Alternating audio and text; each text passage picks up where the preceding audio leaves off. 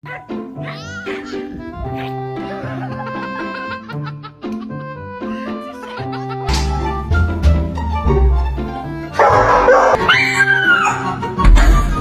pissed at me. How can I love and not? I'm so pissed off right now.